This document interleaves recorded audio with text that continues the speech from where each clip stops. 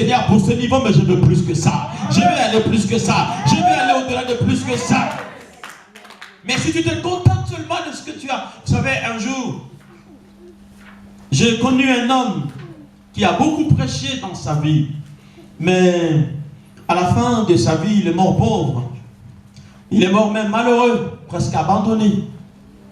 Il n'a pas connu la grande gloire. Et je regardais, je dis, mais comment cet homme, quand moi j'étais encore jeune dans la foi, je le respectais, mais qu'est-ce qui s'est passé dans sa vie? Et puis je me suis rendu compte qu'il y en a beaucoup qui ne s'arrêteront qu'à la première chambre. Beaucoup de gens vont s'arrêter seulement à la première chambre. Ils ne vont même pas aller dans la deuxième chambre. Dans la première chambre, il y avait quand même la présence de Dieu, mais il n'y avait aucun élément qui distinguait, aucun élément qui montrait vraiment la grande force de Dieu. Parce que le parvis, c'était la cour. Dans la cour, on ne mettait pas de choses précieuses. Pour l'instant, peut-être que tu es que dans la cour, mais Dieu veut te faire entrer dans la deuxième chambre. Alléluia. Oh, je veux que tu commences à te dire au fond de ton cœur, non, il faut que je change de chambre. Non, je ne te parle pas de ta chambre de là où tu habites. Hein. Je te parle de la chambre de Dieu, de la chambre de la présence de Dieu, de la chambre de la gloire de Dieu.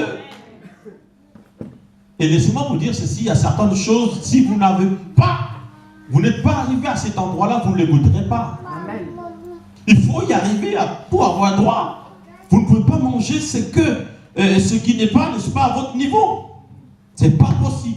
La Bible dit dans la première chambre, maintenant, la deuxième chambre, qu'on appelle ici dans la Bible, la première, dans la partie antérieure. Donc la deuxième chambre, appelée le lieu saint, était le chandelier, la table et le pain de proposition.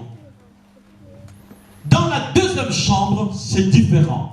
Dites avec moi, deuxième chambre. Il y en a qui n'ont pas dit. Dites avec moi, deuxième chambre. Dans la deuxième chambre, c'est là que Dieu, donc quand vous entrez, d'abord c'est le parvis, c'est l'église. Le parvis, c'est l'église, c'est tout le monde. Tout le monde se retrouve là. C'est là où tout le monde sait prier. C'est là où tout le monde sait chanter. C'est là où tout le monde peut, n'est-ce pas, combattre les démons, les esprits impurs. Oui, c'est bien beau. Ne vous arrêtez pas seulement à combattre les esprits impurs.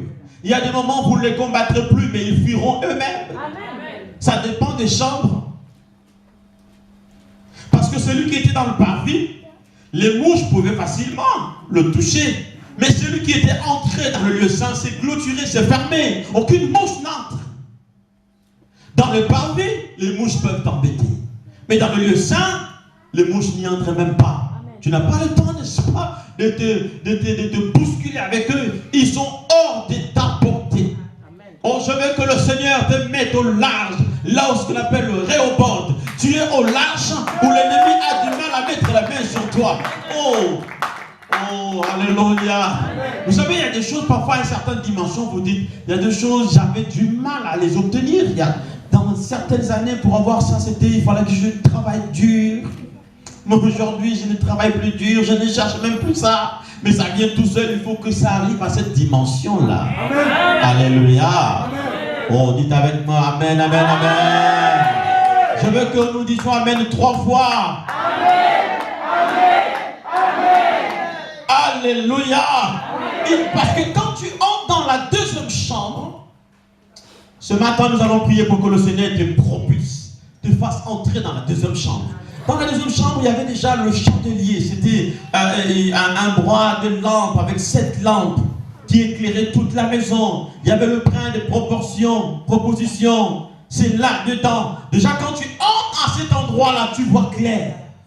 Il y a la lumière. Quand le Seigneur fait entrer son serviteur, son sacrificateur, dans la deuxième chambre, tu commences à voir clair. Ce qui était difficile, tu n'arrivais pas à les obtenir. Tu dis, ah, donc ça se passait comme ça. Ah, je ne savais pas. Tout ce temps que j'ai perdu, c'est parce que je ne savais rien. Quand tu sauras, tu obtiendras. Amen. Quand tu sauras, tu y arriveras. Amen. Quand tu sauras, tu vas grimper. Amen. Dans la deuxième chambre, ce matin, tu diras, Seigneur, fais-moi entrer, ne fût-ce que dans la deuxième chambre. Que j'entre là, parce que dans la deuxième chambre, il y avait une autre catégorie de sacrificateurs. Je veux que le Seigneur te change de catégorie. Que tu ne sois plus un sacrificateur mineur, mais que tu entres dans une classe de sacrificateurs majeurs. Vous savez, le Seigneur, il nous bénit tous. Mais nous n'avons pas tous la même dimension de bénédiction. Amen. Il y a des bénédictions que le Seigneur Dieu te donne sans que tu lui demandes. De ses par sa propre volonté. Mais il y a d'autres bénédictions, c'est toi qui vas forcer pour les obtenir. Amen. Alléluia. Amen. Mais oui, il y a d'autres bénédictions. C'est comme la femme syrophénicienne. Elle n'allait pas avoir cette bénédiction, cette guérison de son enfant. Mais elle a forcé. C'est comme la femme qui avait le coulement de sang. La Bible déclare qu'elle était malade depuis plus de 12 ans. Elle était allée voir les sacrificateurs, elle était dans les parvis, tout le temps dans le parvis. Mais un jour, Jésus passe, cette femme a dit non. J'ai été dans les parvis, j'ai dépensé tout l'argent, j'ai tout fait dans le parvis, je n'ai rien vu. Je suis allé voir le prêtre, je suis allé voir la pétresse, je n'ai rien vu. Moi aujourd'hui, je vois quelqu'un qui est en train de passer. Cet homme, il n'est pas de la première chambre, ni de la deuxième chambre. Cet homme est de la troisième chambre. Je veux m'accrocher à celui qui est de la troisième chambre. Et elle annonce ça, la Bible déclare. Elle a dit, elle ne pouvait même pas parler à Jésus, l'homme de la troisième chambre. Oh, elle a dit, mais si je ne peux pas me parler, il faut que je m'accroche. Je vais toucher seulement le vêtement de cet homme. Et quand elle a touché le vêtement de cet homme, la Bible déclare que le coulement de son sang s'arrêta à l'instant même. Quand tu touches à la gloire de la troisième chambre, écoutez, laissez les choses petites, laissez des petites querelles, laissez les choses de la première chambre, avancez. Amen. Alléluia. Amen. Un ancien président américain a dit, les grands esprits discutent des idées. Les esprits moyens discutent quoi? Les événements. Mais les petits esprits discutent les choses. Il y a des choses qui ne sont plus à ton niveau. Il y a des choses que tu ne dois plus discuter pour ça. Alléluia. Hein? Si quelqu'un t'arrache quelque chose, Jésus a dit, si vous avez laissé, donnez même, si quelqu'un est venu t'arracher la voiture, dit, oh, tu prends seulement la voiture, viens prendre aussi à mon tour. Amen. Amen, amen, amen. Qu'il soit étonné, il t'a volé la voiture, il dit, mais pourquoi tu ne voles que la voiture? Prends aussi la moto, amen. Parce que je sais que d'autres, d'ailleurs tu m'aides, au lieu que j'aille chercher la fourrière ou la casse pour aller déposer ma voiture, viens prendre, tu m'as aidé. Parce que plus, quand ça sort, il y a autre chose qui va remplacer. Tu vas m'aider avec ça. Alléluia. Ne discutez pas des petites choses. Ne discutez pas ce qui n'a pas de valeur. Voyez-vous quelqu'un d'une autre dimension. Parce que la promesse a dit, vous ne manquerez de rien. C'est ce que dit la parole de Dieu. Amen. Et la femme qui avait le coulement de sang, quand elle voit Jésus passer, elle a dit, je m'accroche. Et quand elle touche, à l'instant, le sang s'arrête. Jésus pose la question, il dit, quelqu'un m'a touché. Les apôtres ont dit, Seigneur, c'est tout le monde qui te touche. Jésus a dit, non, c'est pas tout le monde. Tout le monde ne comprend pas qui je suis. Mais quelqu'un m'a touché avec une autre dimension. Je veux que ce matin, tu touches Jésus avec une autre dimension, une autre pensée. Amen. Amen. Je veux que tu entres dans la deuxième chambre. Mais après la deuxième chambre, il y a la troisième chambre. Et aujourd'hui, tu peux entrer dans la troisième chambre. Je veux que tu deviennes un serviteur de la troisième chambre. Là où la gloire est beaucoup plus puissante. Là où la gloire est beaucoup plus élevée. Alléluia. Si tu vois que ta dimension... En fait, il y a des gens, parfois quand tu te regardes toi-même, tu dis, mais ce que je suis, c'est pas ce que je dois être. C'est pas ce que je devais être. Alors fais violence. Soit dans la prière. Soit tu changes de milieu. Soit tu changes les gens, soit tu changes ce que tu es en train de faire. Tu te regardes, tu dis, mais attends, quand je me vois, mais c'est pas moi qui devais être comme ça. Amen. Amen. Et il y a des choses, si tu ne te révoltes pas toi-même, ça ne changera pas. Amen. Jacob a fait combien d'années? Il était chez son beau-père, en même temps son oncle, pour avoir une femme. 7 ans. Ça, c'est quel homme là pour avoir une femme, il faut que je travaille pendant 7 ans. Moi, je vais la laisser, cette femme-là. Et on lui a dit, quand on l'a trompé, il n'était pas aussi intelligent à ces moments-là. On l'a trompé. On ne prend pas une femme de nuit. Parce que l'on lui amène la femme la nuit. Il ne l'a même pas vue. On a été toutes les lumières. Quand il s'est levé comme ça, oh, c'est pas elle, c'est trop tard. On lui a dit encore 7 ans, 14 ans. Il a dit, d'accord. Écoute, Ne dis pas d'accord à toutes choses. Il y a des gens, quand tu le parles, oui. Tu le parles, oui. Même quand c'est pas bon, oui. Oui. Ouais. Ok. Ok. Non. Alléluia. Ne dis pas oui à tout. Il y a des gens qui te diront des choses, il faut que tu le résistes en face. Non, non, ça, je ne suis pas d'accord avec toi. Non. Il y a qui entendent, non, bon, j'avais seulement dit oui pour ne pas lui faire du mal. Ah bon? Tu préfères toi avoir du mal que lui soit bien? Non, ne sois pas oui, oui. Ça, c'est le dessin animé. Amen, amen, amen. Il faut dire non. Là, il faut dire non. Il faut dire oui. Là, il faut dire oui. Alléluia. Jacob, il était oui, oui. On lui dit 7 ans pour une femme, oui. 7 années pour une femme, oui. 3 ans de travail, oui. Un jour, il dit, oh non, c'est trop. Cet homme, il m'utilise. Il est devenu riche grâce à moi. C'est grâce à moi qu'il est devenu riche. Laissez-moi vous dire ceci, c'est une parenthèse. N'acceptez pas qu'on vous exploite. Parce qu'il y a des gens qui vont vous exploiter. On exploite ton énergie, on exploite ta maison, on exploite tes biens, on exploite. Moi, je ne suis pas un pasteur que les fidèles vont exploiter. Si vous m'exploitez, je vous fouille. Parce que les fidèles peuvent exploiter un pasteur. Pasteur, on a des problèmes. Il vient. Pasteur, et après on le laisse comme ça seul. On t'exploite. Moi, si je vois, je viens une fois, 2 fois, je dis non, celui-là, il m'exploite, je ne viendrai plus. Et vous aussi, les fidèles, n'acceptez pas un pasteur qui vous exploite. Car il y a des pasteurs qui ont exploité leurs fidèles. Ils les exploitent partout, après ils les gagnent. Les fidèles ne voient pas clair. Non, ne soyez pas des Jacob. Jacob, quand il a vu qu'il a été assez exploité, un jour il a dit à Laban, c'est fini. Terminé là. Je dois aller travailler pour moi-même. Amen. Vous savez, à un moment, il faut que tu aies ce qu'on appelle une révolte intérieure. Regarde ta vie. Regarde ta vie. C'est tout le temps ta vie, c'est toujours la même chose. À un moment, tu dis non, non, non. Il faut que ça change. Je ne dois pas me contenter de cette vie-là. S'il faut que j'aille faire une formation pour que ça change ma vie, je vais aller la faire. Quel que soit ce que ça va me coûter. S'il faut que je réparte dans les études, je vais le faire pour que ma dimension change. Car je vais changer de dimension, je vais changer de chambre. Yes. Alléluia. Amen. Alors pour aller vers la fin dans le livre des Hébreux chapitre 9, maintenant à partir du verset 4, renfermant l'encensoir, donc non, à partir du verset 3, derrière la seconde voile se trouvait la partie du tabernacle appelée le Saint des Saints. Et renferma l'encensoir d'or pour le parfum. Écoutez, il y avait plus de choses dans la troisième chambre que dans la deuxième et la première. Quand le Seigneur t'amène dans la dimension de la troisième chambre, oh non, tu ne mourras pas malheureux.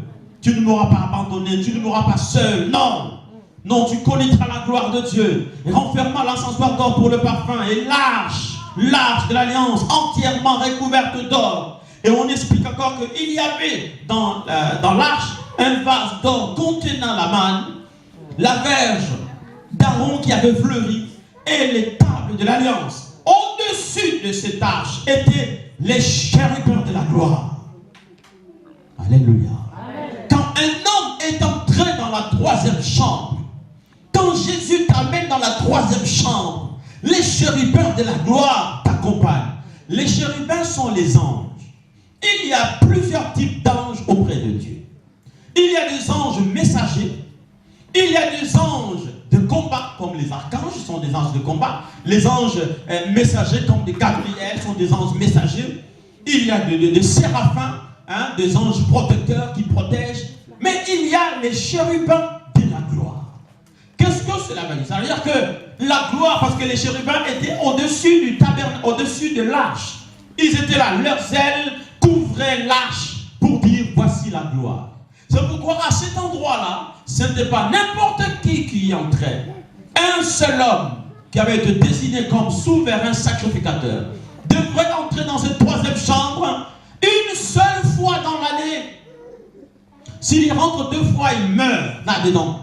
C'est pourquoi quand ils entraient dans cette chambre, on leur attachait les pieds avec une chaîne. Parce que quand il entre dans cette maison, il faut qu'il soit saint. S'il n'est pas saint, s'il entre là-bas, Dieu le tue. Et quand personne n'avait le droit de rentrer dans la troisième chambre, de peur de mourir aussi, qu'est-ce qu'on faisait? On ne pouvait que le tirer par cette chaîne pour sortir le cadavre. Donc l'homme qui entrait dans le lieu très saint, la troisième chambre, devrait être un homme saint. Tu veux connaître la gloire de Dieu, vis dans la sainteté. Amen. Amen. Abandonne ton péché. Amen. Ton péché peut t'empêcher de vivre la gloire de Dieu. Les chérubins de la gloire ne t'accompagnent pas. L'homme qui entre dans la troisième chambre doit être accompagné par les chérubins de la gloire. Amen. Il y a les chérubins de la gloire. Vous savez, quand le chérubin de la gloire vous accompagne, les portes elles s'ouvrent, les gens vous apprécient, on vous cherche, on a besoin que vous soyez là. Et quand vous arrivez, le désordre qui existait disparaît. Quand vous arrivez, la tristesse disparaît. Vous apportez une joie immense. Et quand vous arrivez, vous amenez d'autres personnes à la gloire. L'homme de la troisième chambre attire d'autres personnes pour les amener à la gloire. Il a la possibilité, la capacité d'attirer d'autres personnes pour les amener à la gloire. Laissez-moi vous dire ceci pour terminer. Nous devons quitter l'étape de la première chambre. Parce que Jésus nous a aidés. Le jour de sa mort, la Bible déclare, pendant qu'il rendait l'âme, Dieu a fait quelque chose de puissant. Il a déchiré le rideau qui séparait la deuxième à la troisième chambre. Ce rideau qui empêchait les gens de voir la gloire de la troisième chambre. Le jour de la mort de Jésus, ce rideau se déchirait. C'est pour dire que tout homme peut entrer dans la troisième chambre. Tu peux entrer dans la troisième chambre. Je veux que notre église entre dans la troisième chambre. Que nous ne soyons plus une église du parvis, ni une église, n'est-ce pas, de la première ou la deuxième. Non, nous devons être une église de la troisième chambre. Où quand tu entres ici, ton problème est résolu avant même qu'on ne prie pour toi. Quand tu arrives ici, tu vis déjà Dieu avant que tu ne parles avec l'homme de Dieu. Ta vie doit entrer dans la troisième chambre. Non, tu ne mourras pas comme ça. Vous savez, un jour Dieu a dit à Abraham, tu as tellement souffert pour moi, je ne te laisserai pas comme ça. Tu as tellement souffert pour moi, je ne te laisserai pas comme ça. Abraham, l'âge de l'homme, l'âge de l'humain avait déjà été fixé par Dieu. L'humain ne va pas dépasser 120 ans. Mais Dieu a fait une exception pour Abraham. Car il a eu trop de combats. Mais il a gardé la foi. Amen. Exceptionnellement, Dieu lui a ajouté 55 années de plus. Abraham, c'est l'homme qui a vécu 175 années. 175 ans. La Bible déclare qu'il était rassasié de gloire, rassasié de jours. La Bible parle de David qu'il était rassasié de gloire. C'est quoi une gloire? Tu sens que tu es bien. Tu sens que tu es à l'aise. Tu sens que tout est à ta portée.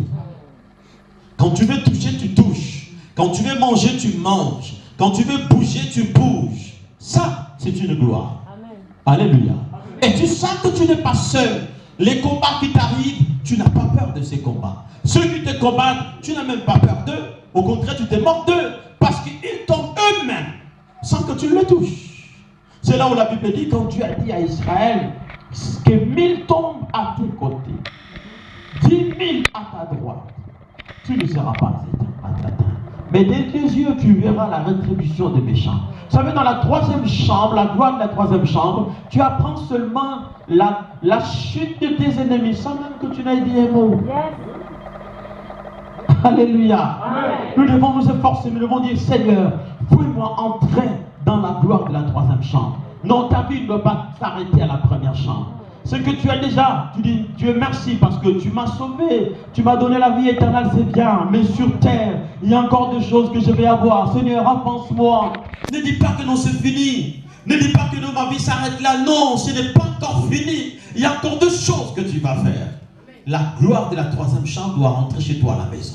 Quand la gloire de la troisième chambre entre dans ta maison, tu vois que ça corrige tout. Même les enfants, même le mari, même la madame, tout le monde. La gloire est en train de corriger. Vous allez voir que les gens qui avaient une vie dépravée, la gloire est en train de remettre chacune des personnes à sa place. Celui qui avait une vie qui avait complètement raté, la gloire le ramène sur le bon chemin. C'est pourquoi pourquoi on peut voir que celui sur qui on se moquait hier, aujourd'hui, il est celui que tout le monde, n'est-ce pas, fixe le regard. Parce qu'il est rentré dans la troisième chambre. Il faut que la gloire de la troisième chambre entre chez toi à la maison. Nous ne devons pas être une église qui travaille dans la première chambre. Il faut que cette église entre dans la troisième chambre à une dimension, à un moment. Vous n'aurez plus besoin de dire, bon, écoutez, comment on va faire pour payer le loyer? Non. Mais vous devenez propriétaire. Et ce sont les autres qui viennent vous dire, est-ce que vous pouvez nous louer votre salle? Amen. Vous comprenez ce que je suis en train de dire? Amen. Au lieu que vous couriez derrière quelqu'un, mais il faut que les gens commencent à courir derrière vous. Quand on est dans la dimension de la troisième chambre, on ne cherche plus les gens, mais ce sont les gens qui nous cherchent. Amen. Amen.